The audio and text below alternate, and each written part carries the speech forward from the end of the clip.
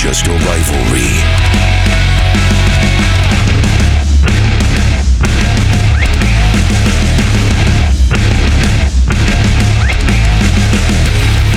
It's a way of life.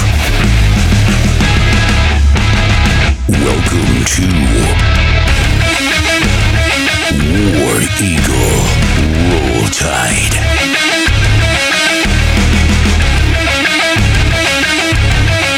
Good evening and War Eagle Roll Tide. Welcome to WIRT, a not so serious show for the serious fan. Good to see you. Good to see you. Did you have a good drive down? I did. Got behind the slow log truck. Got here right in the nick of time, though. How's your week going? It's been pretty good. Weather's been good, especially the last couple of days up there. It's getting you in the football mood. It's been really hot. Now that the weather's cooled off, I'm just getting a serious football mode. How are your fingers holding up? Okay. Been busy. I've been busy. It's football weather. I'm gonna be a lot more busy, so get ready. I'll tell you what, to see the rain in the first part of the week, and of course had some as late as yesterday, has been a blessing for all of us. Of course, the drought-like conditions that we've had here in the Deep South have been historical. We needed it. It's been crazy. It's been crazy. We've been traveling back and forth to Georgia to watch softball on the weekends. In 85 between Tallahassee and Auburn, there have been patches of forest fire break out. I'm sure people throwing cigarettes out, and just everything's so dry. You've just been having fires all along 85. It's crazy. So we needed the rain. Certainly glad to see the rain, and the cooler temperatures that have come after it have been a blessing as well. And like you said, football weather makes it kind of helps you take it to another level in terms of getting excited. A lot to be excited about. You guys had a big win last Saturday. Of course, the Tigers off on a bye week, coming off a tough loss, but I thought Alabama looked pretty good. It was what I expected offensively. To a degree, I thought we kind of shot ourselves in the foot a time or two. Defensively, wasn't their best performance in the first half. Actually, first quarter. I think after that, they changed some guys around on the front line, and I had the guy's name on the tip of my tongue, the freshman they put in there. Anyway, he's going to be a game wrecker. They put him in. He got a lot more playing time, got his first sack. So I can tell you this much. It's not the Alabama teams that you're used to watching last 3, 4, 5, 6 years where, the offense is good, but the defense is just smothering. The defense is good. They're not smothering. They're good enough to win games.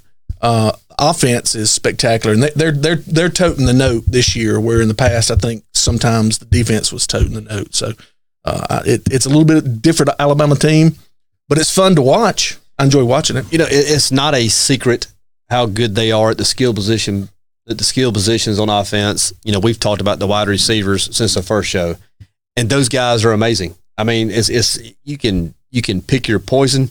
It looked like some different parts of the ball game early that Judy might have been a little frustrated because he was not getting some of the looks that he has normally been getting.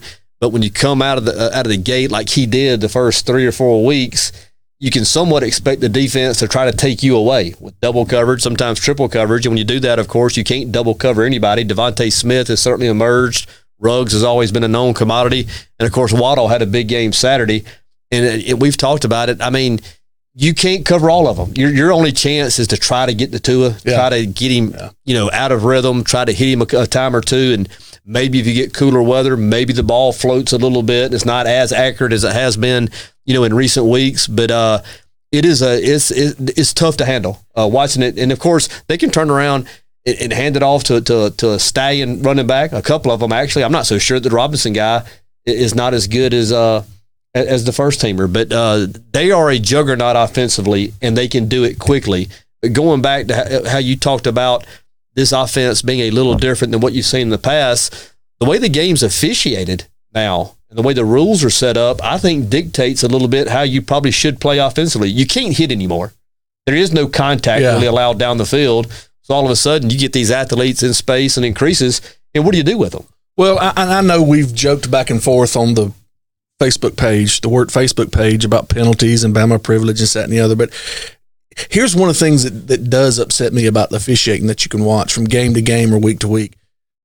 With secondary play and your receiver play, it's so inconsistent about what is called and what's not called for pass interference. You know, that they call them, you hear the commentators call it a 50-50 ball. It's also a 50-50 call. Yeah. I mean, it really is. Yeah. I mean, that they will, like you just said, they will call it one play, the next time it's not. And, you know, and I'm not being critical of them in that instance. That's tough. I mean, there's contact on both sides. What is it? But Alabama is, the way the games are officiated, the way the rules are set up, they're going to be a problem. You know, Devontae Smith got thrown out towards the end of that ball game for the extracurricular activity, so he will sit the first half of the Tennessee game. You wouldn't think that would be problematic given the players that Alabama has on the roster, but you certainly don't want to see one of your headliners sitting out at any point, especially in a big rivalry game. Well, he certainly can stretch the field and do some things, you know, but they've got the true freshman that's been getting a little bit of play in time, or he did earlier in the year anyway. They say he's a little skinny right now. Yeah. They say once he fills out, he's going to be the next real good one that's going to be there at Alabama. So it's pick your poison. You've said it before. It's pick your poison. What did you, and I think anybody who watched Strong of a Word, but there was a little dust up there with Tua and with Judy, whatever was going on, you know, into that. Did you see anything that might be something to watch in the weeks ahead? No, and I'm not down on the sideline with them. I tell you, merely competitive juices flowing and going, and what he needed to get. Yeah. But, you know, what do you do if you're in Tua's position? 3 or 4, if you count the back, you got 5 go-to guys. I mean, every time. Now, here's something that I said, I think before our very first show back in August on work. I was putting out some YouTube highlights on Word of the receiving corps. Devontae Smith, it was really what I thought was going to be the big 3, including Waddle. The problem is there's only going to be one ball. There's one ball. If anything is a master of getting elite players in there and have them become role players. And I think this is the first time that I can remember since he's been here that you've publicly seen a dust up like that. I'm like you. If it was an issue, it's not going to be an issue for long. They have the coach in place that's going to deal with that. He has a track record of doing so. And furthermore, the unquestioned leader of the team is Tua. You know, if it's Judy, if it's anybody at that, it can be nameless at this point. But if anybody tries to contradict or question or call out that quarterback, I imagine you're going to have a room full of folks running to his aid real quick. Saying, I'll tell you what, pal, you shut up, you run the play that's called, and just count on him to deliver. And he has, and he probably will continue to do so. But they have a pecking order there. Tua is the guy. Yeah. And Judy's going to fall in line. I mean, Judy's a talented player. He's going to play at the next level. And, of course, when he gets there, it's going to be, you know, he's probably going to be playing with worse players, to be honest with you, in the receiving corps. I said it here in week 1. I think they have the best receivers that play on Saturday or Sunday. They're good. I mean, they're good. Yeah, they're all going to play on Sunday, and they're going to be frontline guys for whatever NFL teams they end up on. Yeah, they will all be high draft round picks, and it's really an embarrassment of riches of what they've got, and them being able to manage it. And I don't think that dust up was a big deal, but them to be able to manage it the way they have over the years, I think is remarkable. I'll say it again, by the coaching staff and by Saban. When you get high profile guys that, you know, are the end all be all on their high school football teams and probably in their state, and they come to Alabama and they're asked to share the ball. I mean, you're going to have that. And you know what? I want a guy that wants the ball. Yeah. I want a guy that gets upset when he does not get the ball. I like that. I like the competitiveness. I like the I like the fire. You know, and one of the things that in watching Alabama this year as opposed to years past, although last year it was kind of the same way, you watch a game and the opponent is in it. Like, they're in the ball game. You know, I mean, I'm not talking about getting blitzkrieged out of the gate. I'm talking about we're halfway through the second quarter. You're in the ball game. You know, you're almost going to the locker room, make adjustments, and come out and make a real game of it. And then all of a sudden, bam, bam, bam, and you're down 21. Yeah. It happens quick. I think it was Ole Miss where they scored 3 touchdowns in the last 6 minutes of the half, and Ole Miss was in the ball game. Yeah. I mean, they were playing well. They were doing some stuff. And then all of a sudden, you go to the locker room, and you're like, "Hey, coach, we can start getting ready for next week. This one's over." If and it's scary how quick they can do it. If an offense does not capitalize, and here's one of the things that concerned me Saturday, because I wasn't sure how that game was going to turn out after that first drive. Texas A&M kept the ball almost half, if not half, of the whole first quarter, and drove it right down Bama's throat and scored. And that was a little concerning to me, because that's how you're going to beat Alabama. You're going to have to. What Alabama used to do to teams back in Saban's early years with the run game, where we might beat you 21-10 or 21-24 or whatever, is we would control the ball. We would methodically run the ball down. We would have one drive that would take up half of a quarter and just wouldn't let you get on, and wouldn't make mistakes, and wouldn't let you get on the field. And I thought, okay, here we go. This looks a little bit like what Alabama's done to people, and that bothered me a little bit. So we've got to get the defense shored up. That's for sure. Well, I think you saw some of that Saturday. I mean, Jennings kid, he's going to be an NFLer. He kind of asserted himself. Who's it? Harris on the other side? Is it 24? Yeah. Or Lewis. Yeah. I mean, he asserted himself. Then all of a sudden, you got a two-headed monster there coming from both sides. You name me another team, not only in the SEC, but in the country, who has two that can come off the edge. I mean, most teams, you want to have one. You want to have that one guy who can kind of bend the arc a little bit and get the quarterback and affect his throwing motion. And Bama all of a sudden has two. The Lewis kid has had some injury problems in the past. You want to see if he's going to be able to hold up or not. But I thought they made a big step defensively, personally. I thought it was one of their better efforts from what I had seen, which created a little more concern for me. But there's certainly going to be a problem, and I know that's probably putting it lightly, but that offense is a juggernaut. And I'm going to tell you something, and kind of changing gears just a little bit. Jeremy Pruitt had his presser earlier in the week, and I think everybody took what he was saying as a joke. And I'm not so sure in his case that it's not the best plan of attack to have. You're not going to win the game. They're better than you. They're flat out better than you. And he talked about, and he referenced a high school team from Arizona who goes into games knowing they're not going to punt, and they're going to be in 4-down territory. If they have opportunity, they're going to onside kick. My question is, why not? Now, all of a sudden, if you're the play caller and you know now, all right, coach is giving me the rein here, I've got 4 plays to get 10 yards. Then your sequence of plays probably get a little different if you have 4 as opposed to the traditional 3. I mean, that's the only chance Tennessee has. What? Only chance they have. What do you have to lose if you're Tennessee? You have nothing. You hadn't beaten them, was it 13 years? 12, 13, 14? 35 You have nothing. Underdog. You have nothing. 5 touchdown. I believe that was right. Let me see. 36. Yeah, 36. Yeah. 36 on Odd Shark today. You're a 5 touchdown underdog. Come out and do something crazy. I'm telling you right now, and it's easy for me to say it here in Studio B, but I would do this. If I'm Jeremy Pruitt and we're playing Alabama, and we get the ball to start the game, if it's 4th and 4 from our 26, we're going for it. Why not? If we punt it, you're going to have it. Waddle's going to bring it out to midfield, and you're going to score in 2 plays anyway. I swear to God, I'd go for it. I swear to you, I'd go for it. Yeah, now here's the other thing.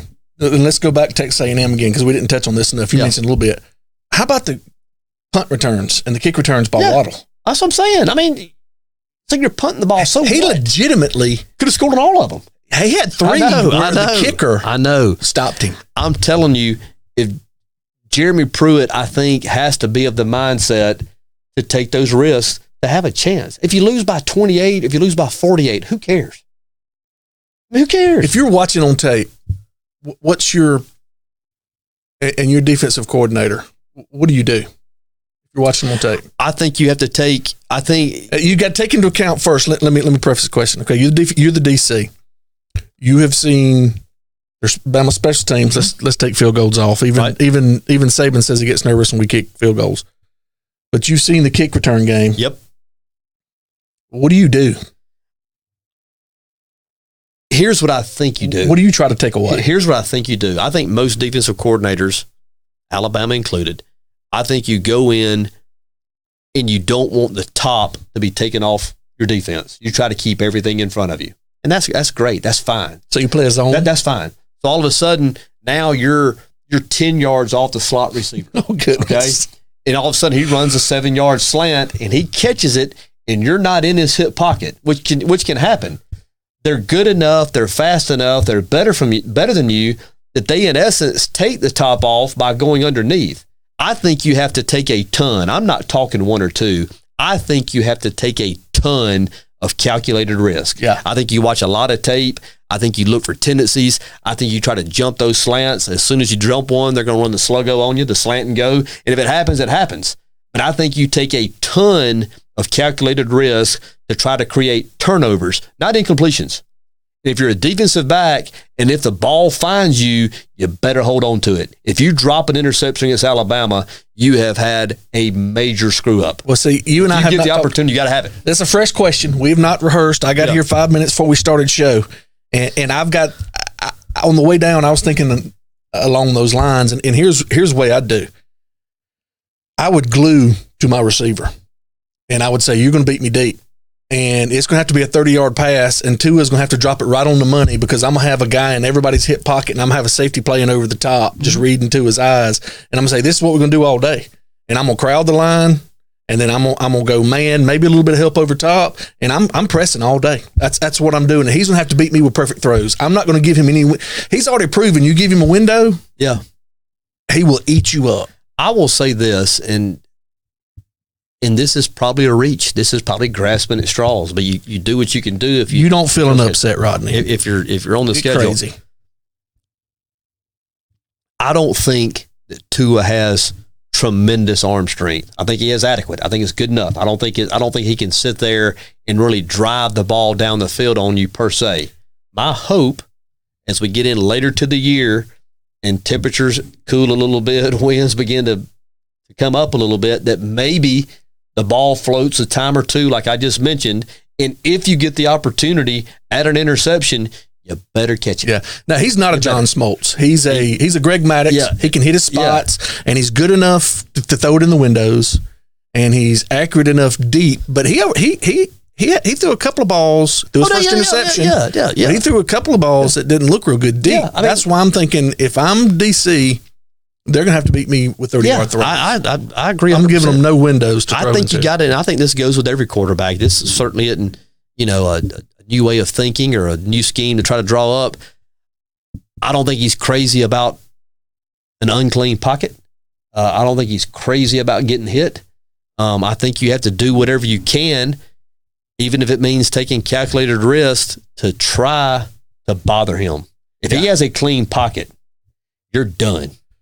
You've got to bug him. You're done. You've got to bug him. You're done. Then on the flip side of that is he did show some glimpses in Texas A&M when they did that, where he just dumped off to the running back and had big play gainers out of it, which he wouldn't have done that last year. Mm-hmm. He wouldn't have done that. He was looking for the 3-run home run every time he dropped back.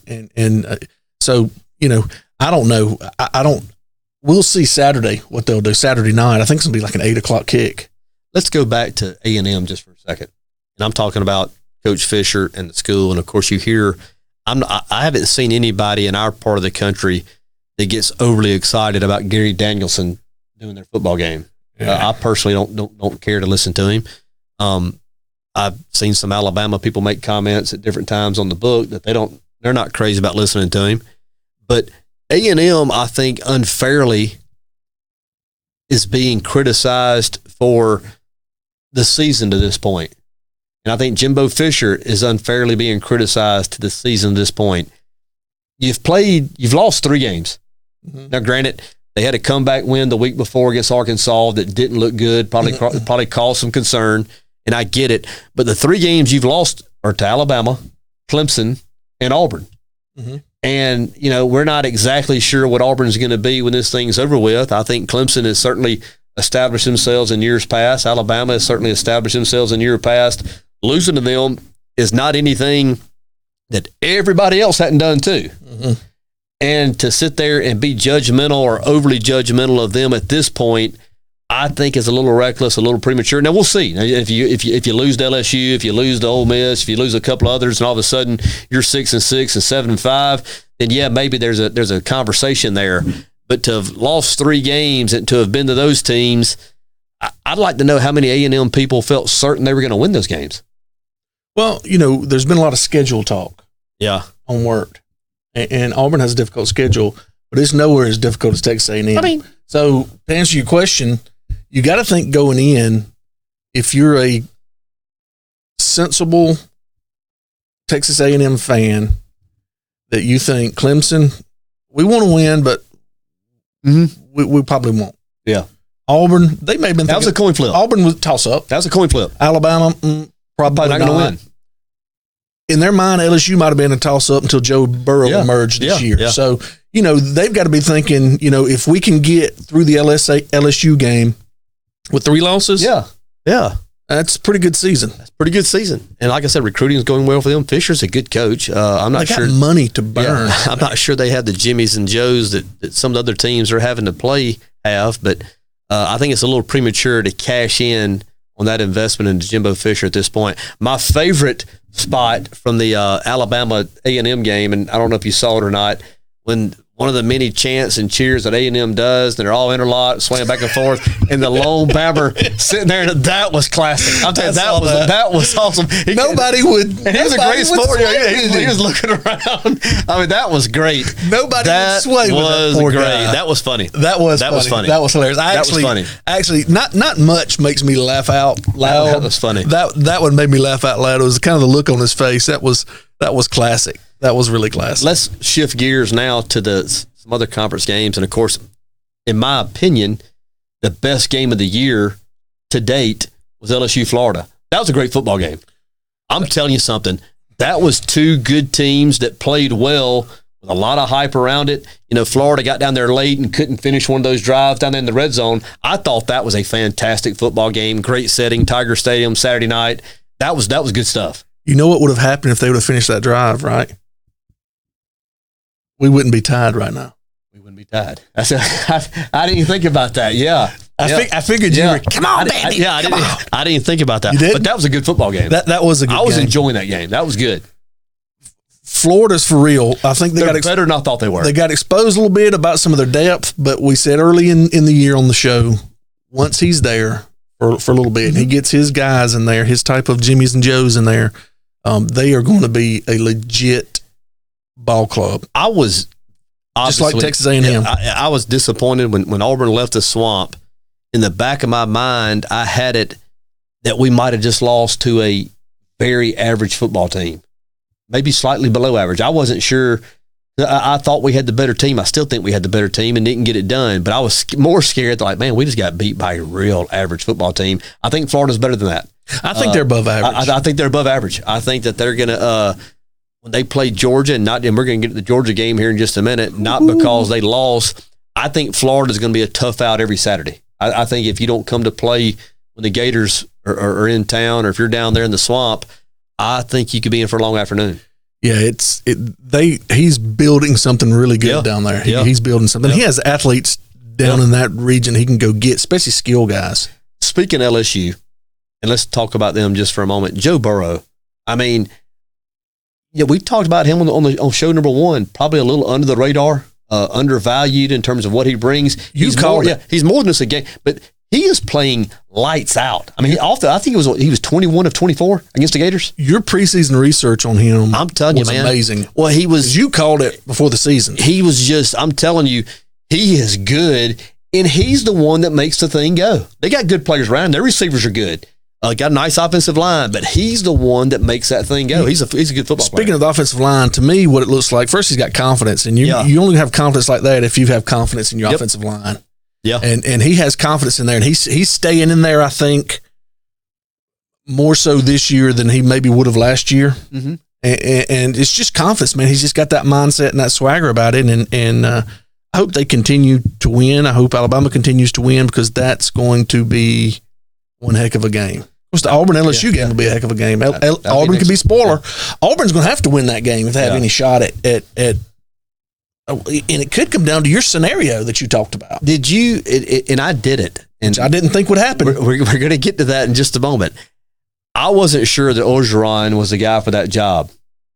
And I'm starting to believe that he might be the perfect guy. I know he brought in the offensive coordinator from the Saints, and what he's done with the passing game, what he's done with the offensive in general, has been most impressive. I mean, they're legit. They're going to be tough to deal with.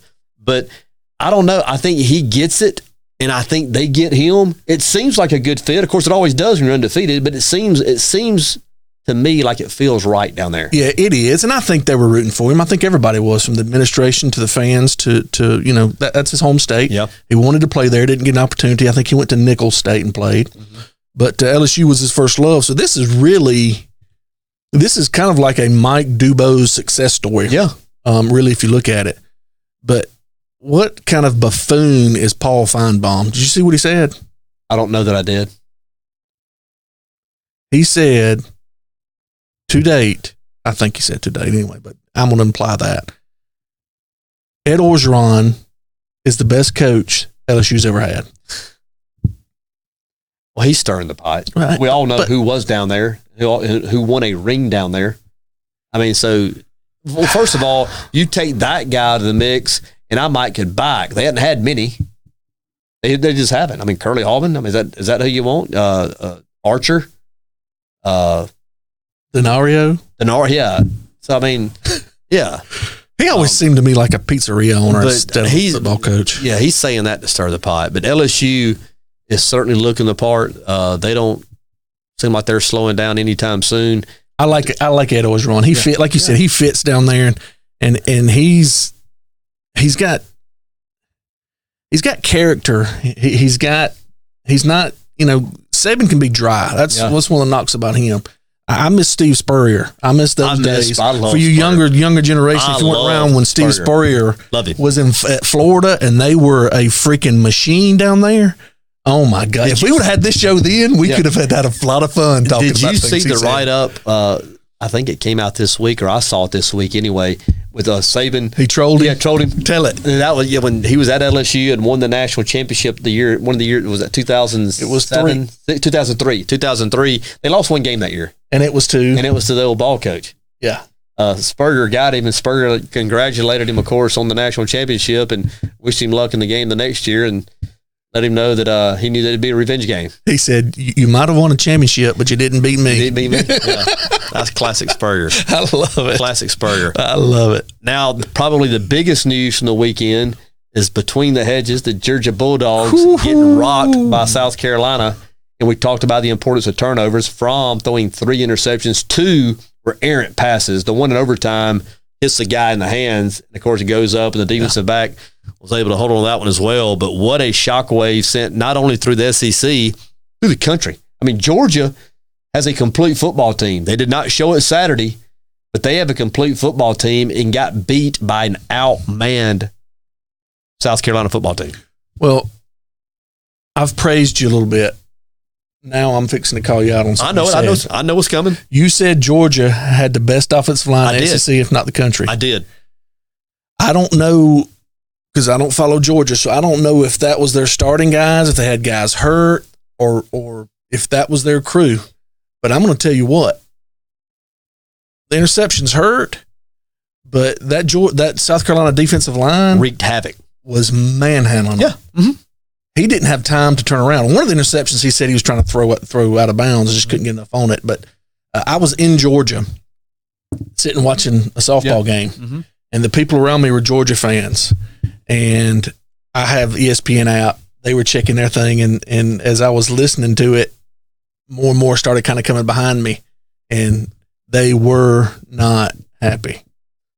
Well, I tell you something, I didn't know this. I swear to you, it hit me like a ton of bricks. I didn't know this, but I saw this on the book also. People put up the resume of Rick and Kirby. Mm-hmm. They're identical. Yeah, Kennedy did. They're identical. Yeah. They're identical. Yeah. So for everybody that was bashing Rick and hating on Rick and wanting him out of there and saying Georgia couldn't do this and Georgia couldn't do that, and then all of a sudden, the little local boy comes in, and sure, he made a big splash. He's done a nice job. Rick did a nice job. But their numbers are eerily similar through the same number of games. And let's look at this. And Alabama's involved, but let's look at it anyway. In the SEC championship game where Georgia goes down there and runs out of time, I was at that game, by the way. And then we play Notre Dame. We win, and we play Notre Dame and just run them out of the building. I think that was down in Miami or wherever it was at. If Georgia has a timeout, or if Rick's a little bit smarter, I think that game might have wound up costing him. In the guys that believed in him and was holding him there, I think they cut ties at that game. Now, he wouldn't that wasn't his last season, but I think that was kind of in their mind. They said, okay, we're going to give you a little bit more time and then we're going to make a change. But that's just my personal opinion. So if they have a timeout or if Rick uses the clock wisely, I firmly believe they were going away from us. We were gassed on defense. Gassed. I was there in person watching it. They were having their way with us. We had an interception on that drive that they overruled, which I still think was an interception, neither here nor there. So if they score and they win that, I firmly believe they rout Notre Dame just like we did, and they win a national championship. Well, I'm going to take that opportunity to bash Georgia a little bit. And, of course, a lot of you Bammers, and I know that math is not necessarily y'all's strong point, but y'all are very critical at the number or lack of number of national championships that Auburn has won in college football. Okay. Well, not critical, just saying. Your math doesn't add up. We won it in 83, we won it in 93, we won it in 2004, but that's I just need to hear. I don't remember you winning it in 2004. You're on probation, weren't you? I can show you we won it. But anyway, that's 93. You're on probation. That's neither here nor there. I can show you where we won it. I'm just saying Georgia has won one in 1980. They've been in the conversation, a serious conversation, I would say 5, maybe 6 times since then. See, I don't even remember that many. Yeah, it was. But you do. You're good at that. It's 5, maybe 6 times where they've been seriously in the conversation and bumping on winning one. And to me, given where they are geographically, having Atlanta, GA in your backyard, having the resources they have to be as irrelevant as they have been so many times, in my opinion, is the most inexcusable program in the country. That includes USC, it includes Texas, it includes Miami, who has disappeared off the face of the map for the last 20 years. Georgia should be in it regularly. They have the once again, the recruiting grounds to all the talent that is in the Atlanta area, 200 miles of Atlanta, and it's in your backyard. You have the resources. You have the Hope Scholarship there in Georgia. I mean, there's just no reason that you have the LED lighting that Alabama's going to copy this weekend and play at their field. But you got all this, and they just don't do it. They don't do it. Yeah, and I don't know why. It's inexplicable. I don't know. It's terrible. I mean, it's terrible what they do year in and year out. Now, here recently, they've had a better run here in the last 5 or 6, and they've been there knocking on the door and hadn't been able to get it done. But I'm just telling you, Georgia is the national leader in underachieving in tackle football. They are very underachieving. The thing that if you look on Clemson's roster and Alabama's roster and Georgia's roster, it's loaded with Georgia guys. Florida's roster, Florida State's roster. We keep a bunch of them. If they could keep those guys in state and go to the state university, they would be loaded. I mean, really, they don't have anybody in state to recruit against like Alabama and Auburn does. Georgia Tech. I mean, who wants to go to Georgia Tech? I mean, it's a nice school, but it's Georgia Tech, man. It's Georgia Tech. Go to Georgia Tech. Until they change coaches and get that offense in the 21st century, they're not going to get the 5-star running backs. They're not going to get the elite defensive players who's going to come over here and watch you run a wishbone and then, go out there and spend 80 snaps a Saturday. You're just not going to do it. And I thought you were going to call me out on this, and you still might. I've been very critical of Muschamp. I've been very critical of him as a leader of a football team. I don't think he's that great of a coach. He certainly had his guys ready to play. You mentioned the defensive line. I thought they played inspired football the entire game.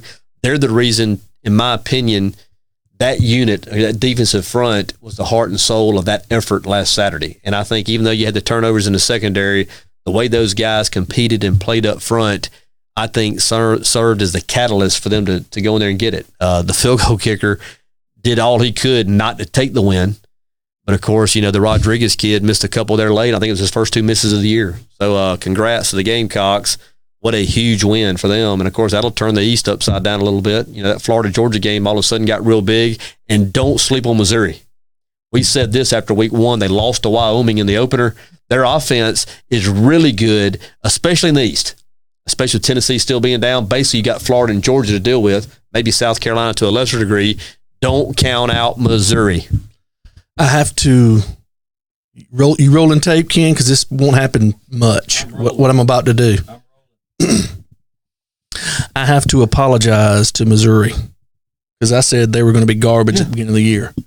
That And was then offensive. they lost to Wyoming, and I trounced them. Mhm. And they've just quietly gone out and beat everybody that's before them. Now, their schedule is not the toughest as far as, Cupcakes. well, I mean, I wouldn't say cupcakes, but, you know, they haven't played in LSU. They haven't played in Auburn. They haven't played in Alabama. They haven't played in Georgia. I'm not even sure what their schedule. I'm sure they've got Georgia coming up at some point. I'm sure they'll have. Do they play Florida? I can't remember. Yeah. If Florida's in that rotation or not. So we'll get to see what they're made of. But yeah, you're exactly right. They have. I don't think they're going to compete. I don't think they'll beat Florida. I don't think they'll beat Georgia. But they have nicely put themselves in position to be in the conversation and to have those games mean something. It's a lot easier to go to practice and put in the work when it's all still in front of you. Oh yeah. I mean, it's just when you got can hopes find and that dreams. extra when you find that extra gear, and all of a sudden, hey man, we're right here. All our goals are in front of us. All the work you put in during the summer, going back to spring training, the off-season workouts, you want to get to this point, and like you said, it still matters. Well, it does for them, and that'll make them dangerous.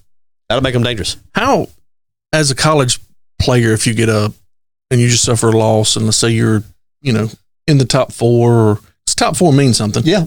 Yep. With the playoffs. Or you're right there on the cusp and you lose a close one and you're dropping down out of the top 10. Let's say that you land at like 11, just outside the top 10.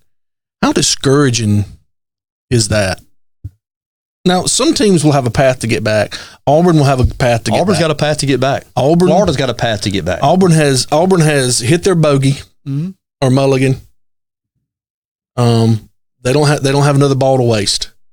They've got to play what's lying, and they're going to have to make par or birdie, or they're going to be sitting at home. There's no more do-overs for No. sure. Every game now is basically an elimination game. Yeah. The survive and advance, try to get into the next week. Of course, they're going to they coming off the off week.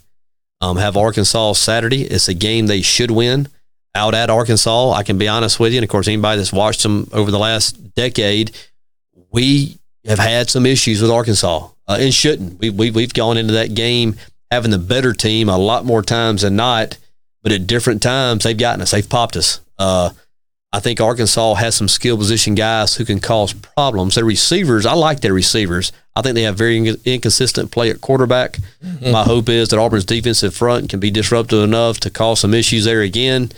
Auburn is going to have to retool the offense. Somebody's got to step up and emerge as a running back, whether it's an individual effort by committee, whatever has to happen there. But I need to see Auburn click a little bit, because if they're able to get through Saturday with a win, it puts a lot of chips on the table the following Saturday down in Baton Rouge.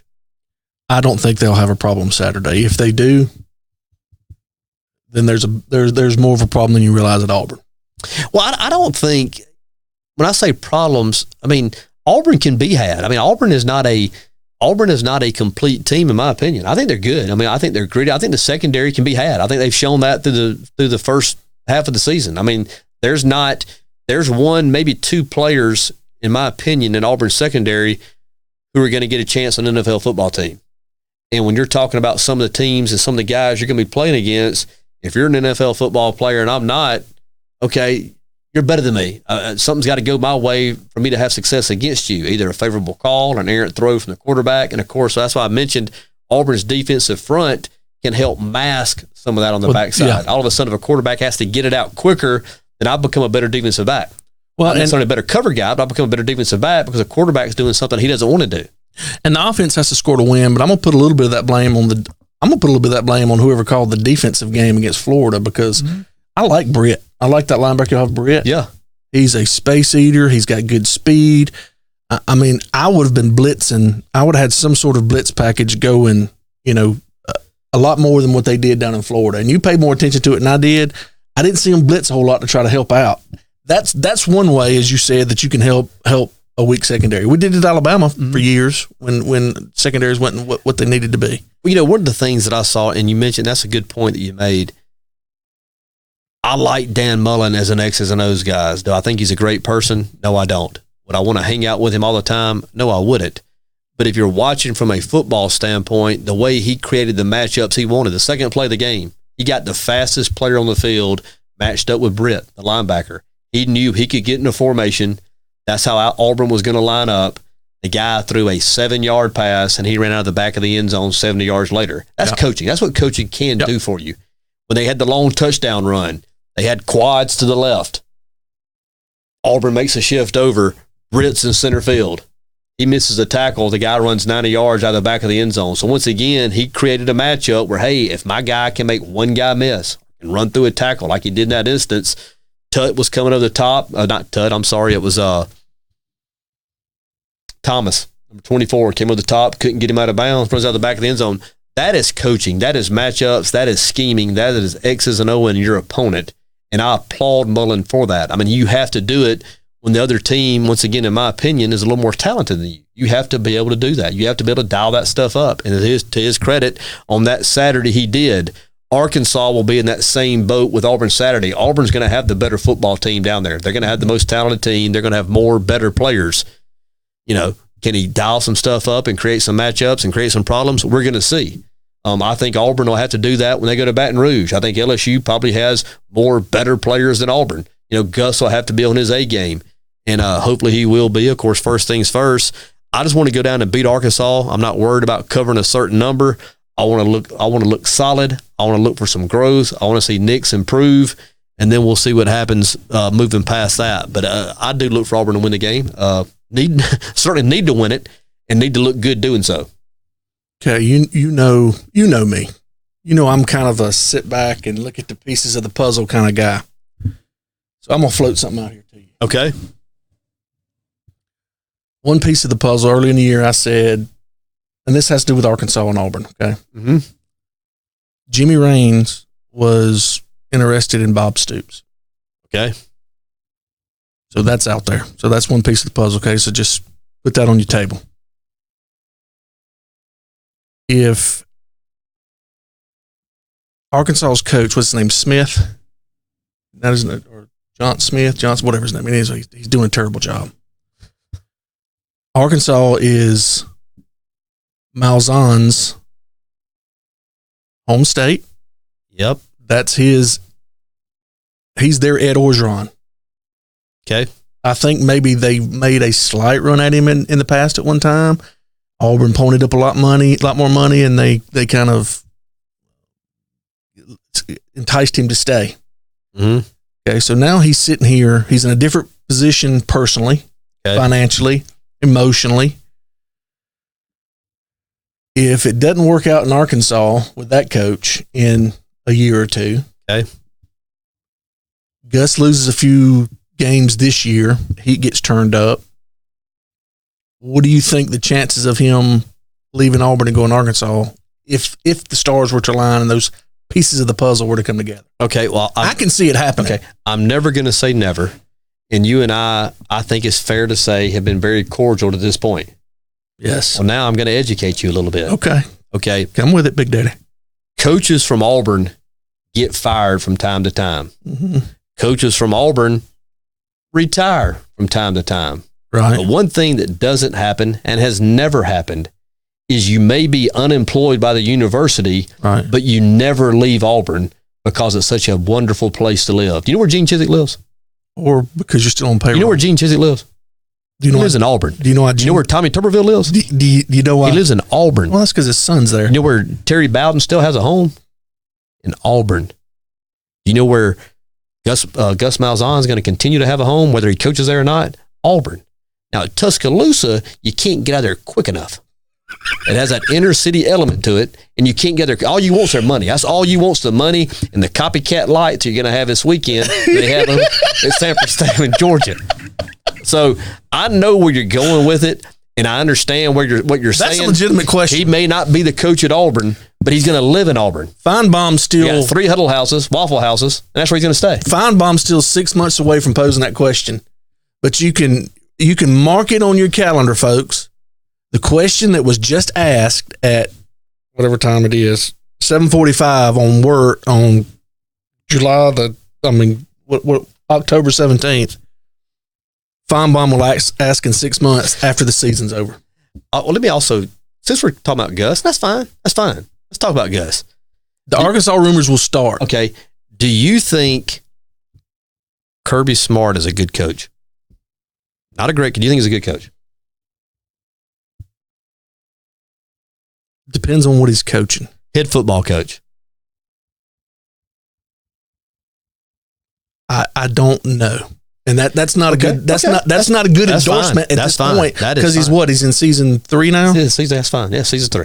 Do you think Jimbo Fisher's a good head football coach? I'd like to give him another year before you can really say anything. Do you think Jimbo Fisher's a good head football coach?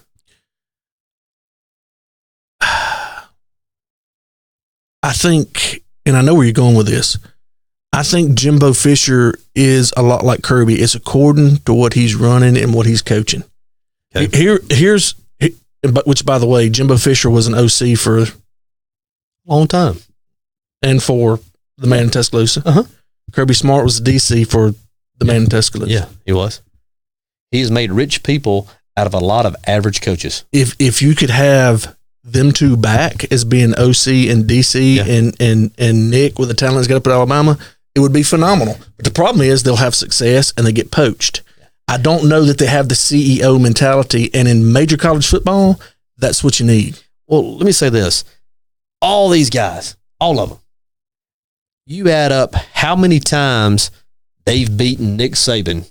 You know what number you come up with? Big, fat, 0. There's one coach, current coach in the SEC, who's beaten Nick Saban. Mm-hmm. Guess who it is?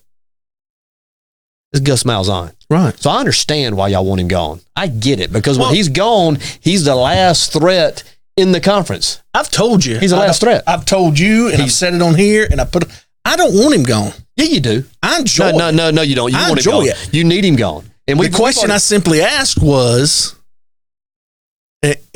code red, you need me on that wall? Yeah. No. Whatever, Jack Nicholson. No, I know what you're doing. I know you. No. You're a bad person. If I wanted him gone, I wouldn't have asked about Arkansas. Can somebody get Miss Burnham on the show, please? Because whenever they got run off last time and they went to Arkansas and his wife got on the preacher's TV show and started badmouthing Auburn, that's where he went. He went to Arkansas. When Yellow Fella turns the heat up because they going to get blown out by 30 at home to Bama at the final game, the heat's going to get turned up.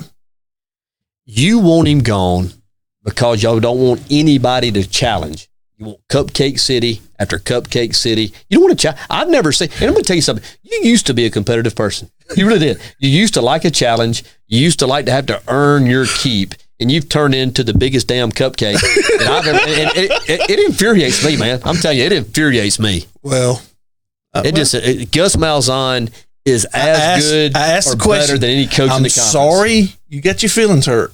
I don't know why you have this special relationship. We're going to see with you Gus. Thanksgiving weekend, pal. Okay? That game's on the schedule. There's nothing you can do to get out of that game. We got you on the plains Thanksgiving weekend, and we'll see how it shakes out. And like it's already been stated so many times on Facebook, and it's a big if, and this is on Auburn, if Auburn gets in that game with 9 wins, you have no chance. You've never won that game, and you won't win it this year. Are you done? For now. Okay, I'm sorry. I hit a nerve with you. I talk about Gus leaving, and you freaking go meltdown on me. We're 5-1, number 7 in the country. Don't go cut yourself. We're number 8. We're 5-1 and number 8 in the country. How's that nosebleed doing, by the way? You're not bleeding tonight? Not bleeding tonight. Good. I have to get Molly to teach you to shave. So I ask a simple question, and I think it's legitimate. And in about 6 months, Feinbaum will sniff it out, but you can always say, hey, my partner said it October 17th on Word. I wasn't going to bring it up tonight, but since we're going to go there, and that's fine. We can keep going there with Gus, and we can talk about it. The cows come home. No, that's all I was going to bring up. I want to go there with your coach, and I've seen something in him that he's never done. He's always been above it, and it's going to cost him. You can't tell me that in the cupcakes y'all have had to date, that he has not kept the frontline players in there longer than he normally does to get individual awards for his little babies on his team. There's no way that Tua should have been in that ball game in the fourth quarter, and you know it. And here's what happens. Number one, you're not coaching next year's team. You're not developing anybody who's going to play next year. Or if this guy gets hurt and has to play this year. Number two, it's all in vain. None of those numbers matter. And I've already sent my vote in. He's not going to win the Heisman. It's going to be all for naught. And when the season's over with and you don't win it again, all that guy did had one relief appearance in a national championship game and won Jalen's trophy for him, and he did nothing. No Heismans, no championships, nothing. And you weakened the program because you wouldn't coach your players, you wouldn't play your players. That guy shouldn't have been in the ball game in the fourth quarter, and you know it. So Nick Saban needs coaching advice from the guy that couldn't beat the lady Red Lips or whatever it was out here at the East Bruton League. Hot pink Blue Eagles. Hot pink, whatever. I think he has changed his ways in terms of what is important to him. It is important to him for Tua to throw for a gazillion yards. It is very important to him. Screw the team, screw getting better, screw the program. It's important to him for Tua to throw for a gazillion yards. Good coaches work on things during the game. There were things we needed to work on, obviously. Yeah. Obviously, offensively, there were things that needed to be worked on. And plus, so what? Who cares if he don't want Jalen to win the Heisman? He doesn't. Would you? He's going to win. It's already over. You? Not according to ESPN. He's third, and he's a distant third. So now ESPN calls the shots. Well, they kind of do. They control the playoffs. They control the Heisman. It's over. They actually own it, by the way, pal. It's over. I think Burrow finished second. I've already heard. I'm not supposed to say anything, but I'm giving an exclusive here on work. You and Feinbaum would be in that club together. I think Burrow finished second. You and Feinbaum. I could see you and Feinbaum being in the what's the knock on the door? I just think it's tacky. With your fingernail? I think it's tacky. Real men don't even have fingernails. And I think it's beneath Nick Saban to do what he is doing. But of course, when you have a history of misleading people, when you have a history of disrespecting people, when you have a history of possibly lying to people, I guess you try to cover that up, in some form or fashion. And this has been his little guy to do it with, him and Papa Pineapple. I'm not so sure he's not calling plays, to be honest with you. You're exactly right, Orlando. He is on that haterade bad. He's more worried about who Saban's playing in the fourth quarter than evaluating what Auburn needs to do. Yeah. What Auburn needs to do when they got beat by Florida. I hear the music. This show started off with a lot of promise. I thought we were both on our best behavior, and I knew you'd go there. That's top 5 music coming up, and there is a lot of shakeup in the top 5 this week. I had Florida number 1 last week because they were deserving of it. I told you I thought LSU would win the game. They did. This week in the poll, and it's a fluid situation, I'm a fair guy. LSU, number 1. Best resume, second best player in the country. They've played well. They have earned the right to be the number 1 team in the country, and they are. I think it's interesting that each of our last 3 number 1 teams fell the following week. So we'll continue to watch that. They won't fall this week. Number 2, you're probably going to frown on this. A lot of people in SEC country will, but they absolutely looked the part against weak competition, The Ohio State University. Justin Fields, a Georgia transfer. They're a juggernaut, man. I mean, they are good. I think they play in a weak conference. They'll play Penn State and Michigan later. We'll see. But Ohio State, I think, is firmly in at number 2. The Red River Shootout this last weekend. Oklahoma, Jalen Hurts did his thing. He's the best player in the country. They're in at number 3. I thought Clemson reasserted itself this past weekend, so I brought them back to number 4. They're not playing a number 1 team level just yet. They did look better. And number 5, I'm going to do something you thought I'd never do. I've been bashed and I've been attacked unfairly about having a bias against certain teams, an unfair bias. Mm-hmm. And maybe you do take in consideration who your coach is. Maybe you do take into consideration of the history that you've had and the success you've had over the years. Maybe that does matter. Maybe it does. For this week and this week only, I'll let it matter to me. And number 5, I'll put Penn State. I knew it. There's a group of other teams there, 6, 7, 8. But I think that's fair moving into this week's games. Looking forward to watching them all compete, and we'll continue to watch tape and watch games and keep the situation fluid. Are you watching games from this year and not the 80s? I am. Okay. Because Penn State don't belong anywhere near top 5. Penn State's number 5, man.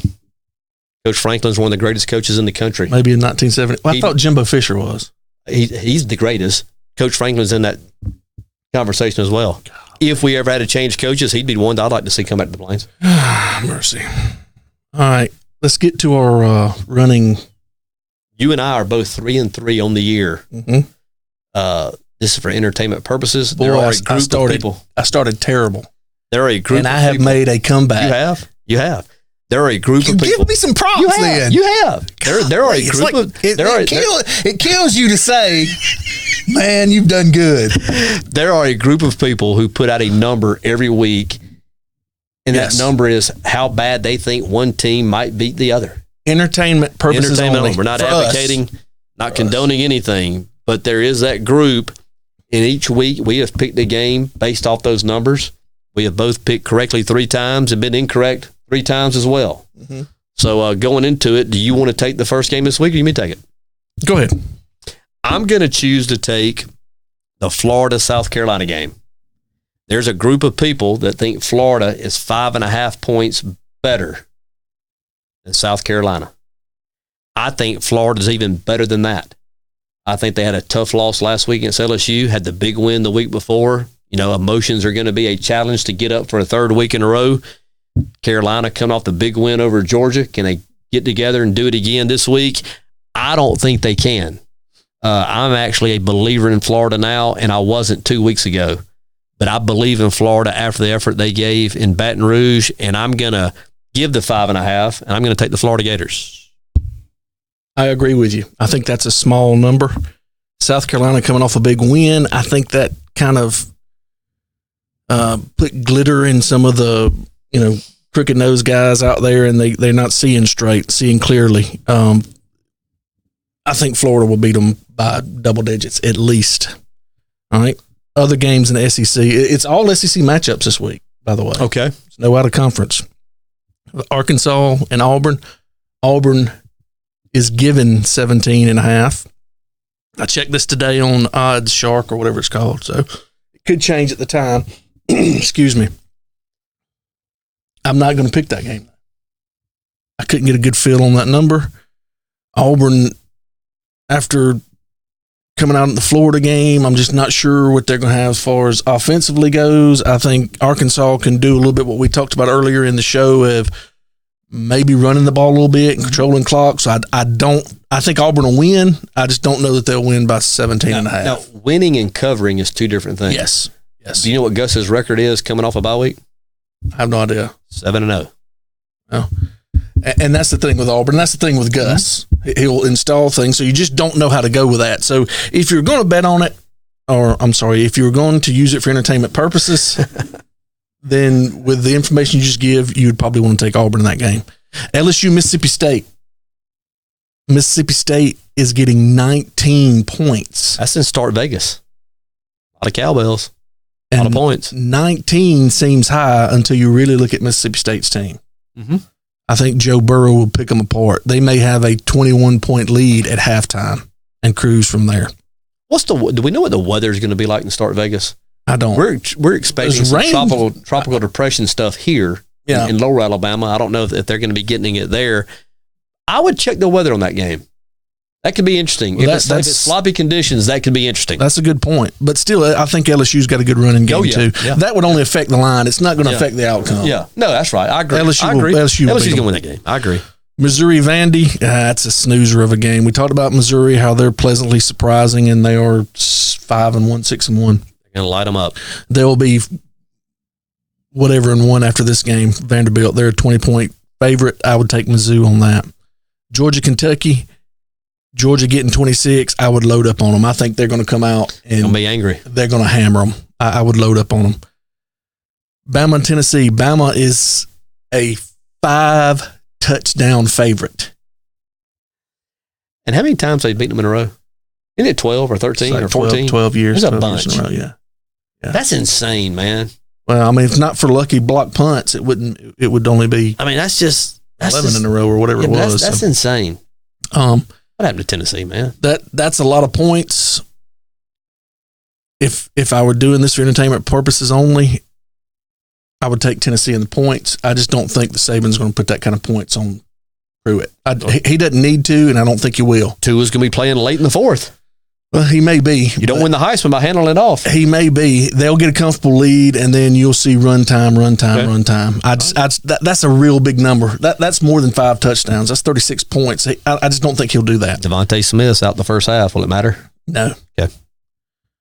The game I took was Texas A&M and Ole Miss. Texas A&M coming off the loss last week. I saw flashes of things that I really liked about Texas A&M's offense. When the quarterback got out and ran a little bit, remind me of 2010 team. He's not a horrible. He's not a horrible player. Kellen Mond is not a horrible player. And during that first drive and some subsequent drives in the second half, when they were extending plays and we couldn't get off on 3rd and long, it reminded me of what Cam Newton did in the 2010 comeback. Yeah. So we talked about Fisher. He's a smart guy. I think he will install some stuff this week, and they are giving Ole Miss 5.5 points. I think they could give Ole Miss 10 and would still cover. So I'm taking Texas A&M and 5.5. I'll tell you what, I actually like your pick better than my pick. Can we swap? No, they're both 5.5 though. I know, but I won't. Well, can I have the Texas A&M game? That's for our record. No. I like yours better. Just so you know that I'm not being mean to him. I had it circled. I had it circled right there, and when I came in. But you did something I didn't think you would do. When I came in, Socks McGee over here said, oh, by the way, I'm taking this. And so I wrote DJ by it. And so on the fly, I had to make my next pick. I know, but you did something that I was not expecting. And what's that? You made a good point. Wow. It's the hair, Wiggins. My hair's growing out. Locks of love, baby. It looks good tonight. Locks of love. That velvet. Wiggins asked if my head was getting bigger. I'm doing it for Locks of Love. I really, seriously, I am. And it's going to be Grovember coming up. Do me a favor. Please do me a favor. For Grovember. Can you, will you just let it all go right here? Will you just let it all go? I'll do like you can go see Maurice. That's a nice piece, man. Appreciate it. Are you still on all the posters? Did he? He didn't put the graphic up tonight. Not yet. I think, well, we're going to be breaking a streak then. Not yet. Well, I like your pick. I think Florida, South Carolina, 5.5 is not enough, and Texas A&M 5.5 is not enough. So, I think we're going to be tied next week too. We'll be, and just to get out in front of this, I'm thinking about next Saturday, reside my yard. Yeah. Is that the LSU game? Is there a temperature threshold where that's not what needs to be done? I mean, I hadn't done it before. I'm thinking about digging it up next Friday and being prepared to let next Saturday just in case. Well, if it's as dormant as Auburn's offense was in Florida, you might not want to put anything out. I'll just be ready to do it just in case. I can't help you with grass, but I know a guy that knows about trees. Roll down Tide. War Eagle, another show in the books. Gonna have Tommy Tuberville in studio October 31st. Oh, keep that down. We'll have a lot of fun. I cannot wait to ask him about Colonial Bank and private jets and the thumb. He's gonna wish he never came here. He's gonna wish he never came. I'm gonna have a T-shirt on that says "I'm was stupid" and I want to get in the middle of y'all and I want both arrows going that way. Hey, he might give you the thumb. He's done it before. I'll give him the middle finger. That's going to do it for us here tonight. Hope y'all have a great weekend. Hope most of y'all's teams win on Saturday. And we'll be back next Thursday. Want to thank our executive producer, Ken James. Without him, none of it happens. And that might be a problem too. But thanks everybody for being in. And y'all have a great weekend. War Eagle. Roll Tide. We'll try harder next time.